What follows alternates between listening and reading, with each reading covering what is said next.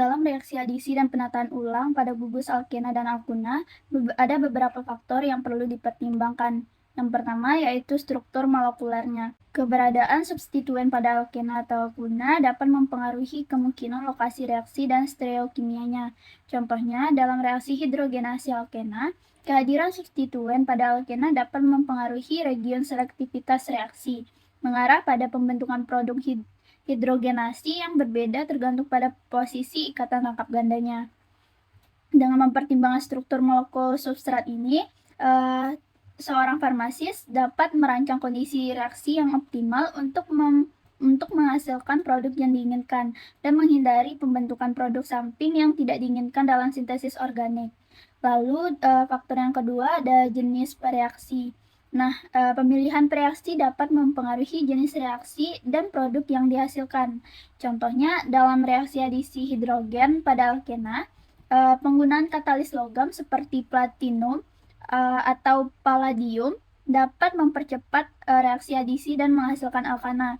Sebaliknya, jika menggunakan kondisi yang berbeda seperti katalis nikel dalam reaksi hidrogenase, dapat menghasilkan produk yang berbeda atau memberikan kontrol region selektif yang berbeda. Dengan mempertimbangkan jenis reaksi, seorang farmasis dapat mengendalikan jalannya reaksi dan meningkatkan selektivitas dan memastikan bahwa pembentukan produk yang diinginkan dalam sintesis organik itu adalah sesuai dengan yang diinginkannya. Yang ketiga, ada kondisi reaksi. Suhu, tekanan, dan keberadaan katalis dapat mempengaruhi kecepatan reaksi dan jenis produk yang terbentuk. Contohnya, dalam sintesis obat, perubahan kondisi reaksi pada penataan ulang suatu gugus dapat menghasilkan senyawa dengan aktivitas farmakologis yang berbeda.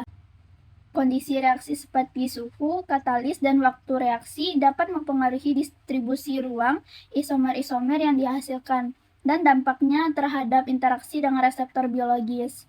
Dengan mempertimbangkan kondisi reaksi ini, farmasis dapat memberikan senyawa dengan sifat yang diinginkan. Farmasis dapat merancang proses sintesis yang dapat memberikan senyawa yang sifat yang diinginkan, baik dengan konteks aktivitas biologis maupun potensi interaksi dengan reseptornya. Adapun dampaknya terhadap potensi interaksi dengan suatu reseptor dapat mencakup afinitas terhadap reseptor. Perubahan struktur molekuler melalui reaksi adisi atau penataan ulang dapat mempengaruhi afinitas suatu senyawa terhadap reseptor biologis tertentu. Yang kedua, adanya aktivitas biologis. Modifikasi pada gugus alkena atau alkuna dapat mempengaruhi aktivitas biologis molekul tersebut. Sebagai contoh, perubahan pada cincin aromatik dapat memodulasi aktivitas farmakologis senyawa. Contoh yang saya ambil yaitu reaksi adisi hidrogen pada alkena, seperti etena C2H4 menghasilkan etana C2H6. Modifikasi ini dapat mempengaruhi kelarutan dan potensi interaksi dengan membran sel atau reseptor hidrofobik.